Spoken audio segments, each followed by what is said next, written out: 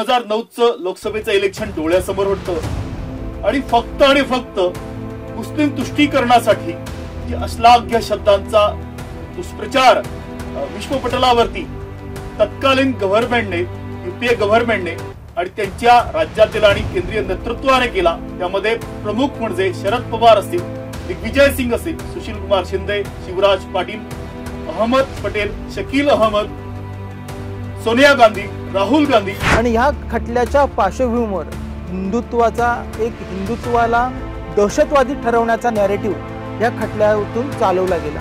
बेकायदेशीरपणे एमसीएसी अंतर्गत आम्हाला कारागृहामध्ये सडवण्यात आलं।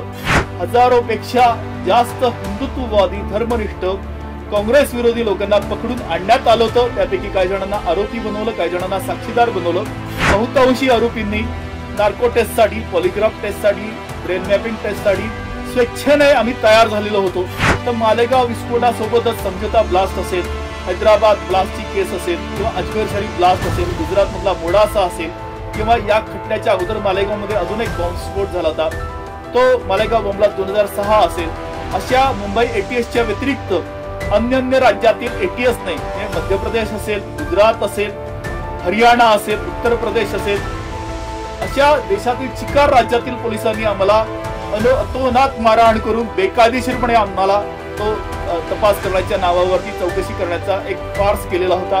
त्यांना हे कळत होतं की आम्ही सत्य सांगतोय, आमचा या खटल्याशी तिळमात्र संबंध नाहीये, पण तरी सुद्धा गांधी वधानंतर जसं काँग्रेसने त्या निरपराध हिंदूंना, हजारो हिंदूंना गोवलं आणि शेकडो कुटुंब अक्षरशः जाळून टाकली। धर्मभ्रष्ट करण्यासाठी मोठे मोठे मासाचे तुकडे तोंडामध्ये कोंबून त्यांचा धर्मभ्रष्ट करण्याचा प्रयत्न झाला। परमवीर सिंग, मी त्याला परमवीर कधी म्हणत नाही, मी त्याला परम क्रूर सिंग म्हणतो। या महाराष्ट्रावरती औरंगजेब आणि अफजल खानानंतरचं जे काही आक्रमण असेल ना, तर या क्रूर करण्याचं ते आक्रमण आहे असं माझं ठाम म्हणणं आहे।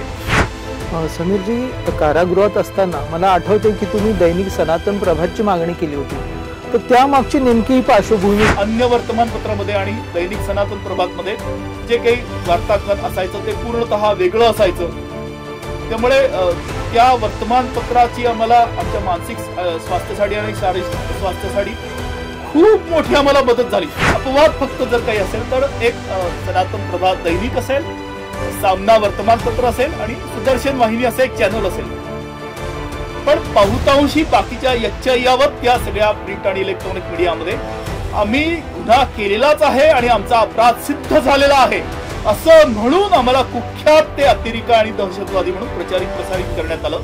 तर त्यांना कधी सत्तेवरती येऊ देऊ नका, शेवटच्या श्वासापर्यंत काँग्रेसला मतदान करू नका, जिथे जिथे काँग्रेसचं सरकार आहे त्याचा पाडाव करण्यासाठी प्रयत्नांची शिकस्त करा।